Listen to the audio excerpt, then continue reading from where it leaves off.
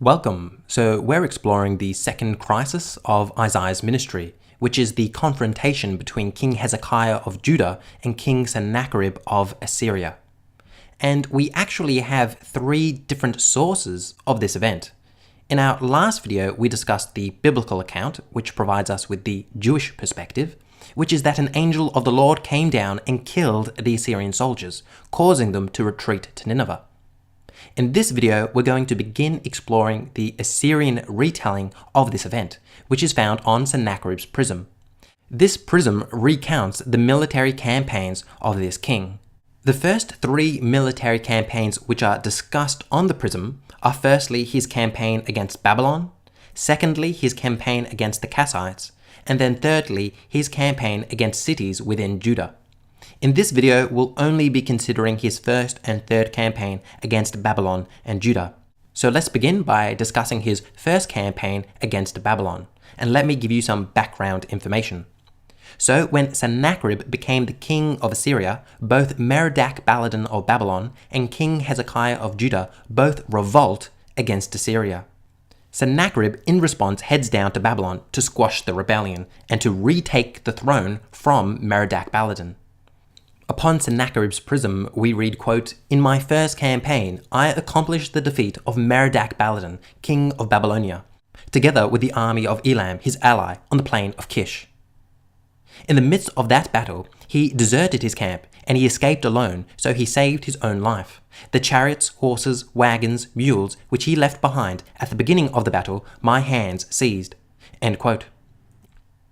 So according to the Prism, Sennacherib is able to defeat Merodach-Baladan and retake the throne in Babylon. Alright, let's now discuss Sennacherib's third campaign against the cities of Judah. Now, it's important to note that Sennacherib doesn't at first attack Judah's capital of Jerusalem. Rather, Sennacherib tells us he first attacks the city of Sidon. On the Prism, we read the following, quote, "In my third campaign, I went against the Hittite lands. Lul, the king of Sidon, the terrifying splendor of my sovereignty overcame him, and far off into the midst of the sea he fled. There he died." End quote.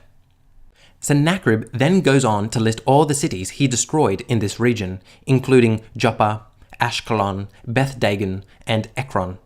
The Prism goes into quite a bit of detail about what happened in the city of Ekron. The Prism writes that when Sennacherib began attacking Ekron, both Egypt and Ethiopia came to their aid and fought against the Assyrians. Quote, "Their hearts became afraid, and they called upon the Egyptian kings, the bowmen, chariots, and horses of the king of Mahulia, Ethiopia. A countless host, and these came to their aid. In the neighborhood of El-Tekah, their ranks being drawn up before me, they offered battle." End quote. Now, why is the fact that Sennacherib mentions Egypt and Ethiopia's involvement in this crisis so important? Well, because if you watch my previous video, you know that the Bible also mentions the involvement of Egypt and Ethiopia. Isaiah 37:9 told us that Pharaoh Tahaka of Ethiopia came to the aid of Judah's defense. Thus, because Sennacherib's Prism likewise mentions Egypt and Ethiopia's involvement, it validates this part of the biblical story. Alright, everything so far has just been background information. Let's now move on to the main event, which is when Assyria begins its siege of Jerusalem. Sennacherib writes upon his Prism, quote, "As for Hezekiah the Judahite, who did not submit to my yoke, 46 of his strong walled cities, as well as the small towns in their area, which are without number, by leveling with battering rams, and by bringing up siege engines, and by attacking and storming on foot, by mines, tunnels, and breaches, I besieged and took them. 200,150 people, great and small, male and female, horses, mules, asses, camels, cattle, and sheep, without number, I brought back from them and counted as spoil. Hezekiah himself, like a caged bird, I shut up in Jerusalem, his royal city. I threw up earthworks against him. The one coming out of the city gate, I turned back to his misery."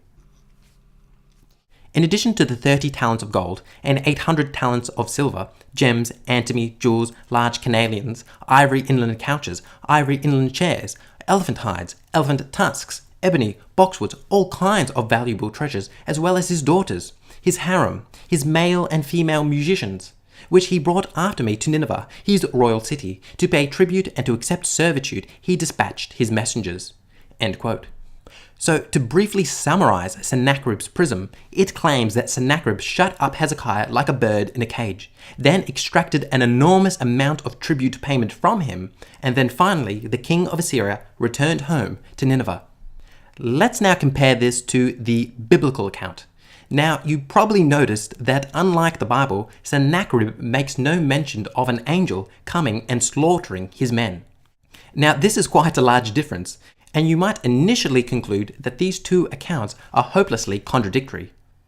But before we come to that conclusion, let's read Richard Elliott Freeman, who in his book Who Wrote the Bible has an excellent discussion on this issue. Quote, "On the face of it, these two reports from the ancient Near East sound as contradictory as reports from the modern Near East. The Bible says that the Assyrians went home after an angel struck much of the army dead. The Prism inscription says that the Assyrians were victorious and took home a handsome tribute. The key line in Sennacherib's inscription is his claim that he kept King Hezekiah locked up like a caged bird in the midst of Jerusalem, his royal city. This wording is suspicious. The function of a siege elsewhere, such as at Lachish, is not to keep one's enemy locked up. The idea of a siege, rather, is to get in. The fact is that Sennacherib does not claim to have captured Jerusalem. He rather appears to be saving face by the caged bird image, and by concentrating on the quantity of tribute paid." End quote. So here Friedman is saying that despite the fact that on the surface these two accounts look totally different, they in fact share a fundamental aspect in common, which is that Assyria does not attack Jerusalem. In both stories, for some seemingly strange reason, Sennacherib just leaves. He doesn't attack the city, he doesn't kill the inhabitants, he just goes home. Both accounts share this bizarre fact. So now we are left with the question, well, what actually happened? Well, historians don't believe in supernatural claims, so they don't believe an angel killed the Assyrians, thus rejecting the biblical account. Historians are also skeptical of Sennacherib's account, as it makes no sense that Sennacherib would just leave after trapping Hezekiah within the city. So what happened then? Well, many historians are going to put forth that the reason why Assyria did not attack Jerusalem is because of Hezekiah's careful planning. Perhaps Hezekiah had so well guarded the city that Sennacherib was unable to enter. For example, we know that Hezekiah created a tunnel to supply Jerusalem with water in preparation for the siege. Friedman writes, quote, "Another crucial factor for siege warfare was the water supply. Hezekiah constructed a tunnel under the city to provide water from the spring below." End quote. This tunnel would have significantly increased the duration of the siege, as the inhabitants of Jerusalem had a steady source of water. So perhaps this tunnel so prolonged the siege, the Assyrians simply had to return home. Friedman again argues, quote, "Perhaps the siege was a standoff in which the Assyrians were unable to take the city and the Judeans were unable to leave it. The Judeans paid a sum that the Assyrians extracted as the price of their withdrawal." End quote. Therefore, a likely explanation for why Assyria did not attack Jerusalem is because Hezekiah had so well prepared his city for a siege. In other words, it is thanks to Hezekiah's skill and resourcefulness that Assyria was unable to take the city. And this explanation is also hinted at by other Assyrian sources. For you see, the siege of Jerusalem is not only found on Sennacherib's Prism. There are actually other reports of it inscribed on these Assyrian bulls. For instance, here is an inscription which recounts the siege of Jerusalem, which was originally attached to the area under the stomach on one of these bull monuments. And this inscription was found in the throne room of King Sennacherib. Furthermore, upon many of these bull monuments, we find the following inscription, quote, "The tough and powerful Hezekiah, Judah's king, I brought to submission at my feet." End quote. What's so interesting about these inscriptions is the phrase, "the tough and powerful Hezekiah." Now, hopefully it goes without saying that Assyrian kings don't usually speak highly of their enemies. In his book entitled Hezekiah in History and Tradition, Young makes the following comment about these inscriptions, quote, "Yet according to Sennacherib, Hezekiah did not submit to my yoke, and as an adversary was Sepsu Mitru, tough and powerful." For an Assyrian king to bestow such an accolade upon an enemy is extremely unusual, and diametrically opposed to the enterprise of imperial propaganda. Sennacherib only employs this expression 2 other times in references to people who had been difficult to subdue. By asserting the Judeans' staunch tenacity, and by having the campaign end directly before the walls of Jerusalem, Sennacherib in effect credits his formidable opponent for his own failure to take the city. This Assyrian perspective is perfectly in line with the biblical traditions. In the final analysis, it would seem that Hezekiah himself was a pivotal reason for the redemption of Jerusalem. End quote.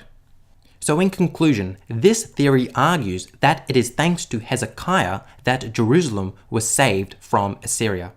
Also, as Young rightly points out in this quote, the biblical account and the Assyrian account of the siege are not contradictory, rather they complement each other quite nicely. And with that, we have finished analyzing the Assyrian source for this event. In the next video, we shall discuss the Egyptian perspective of this event, which is given to us by Herodotus. Thank you so much for watching this video.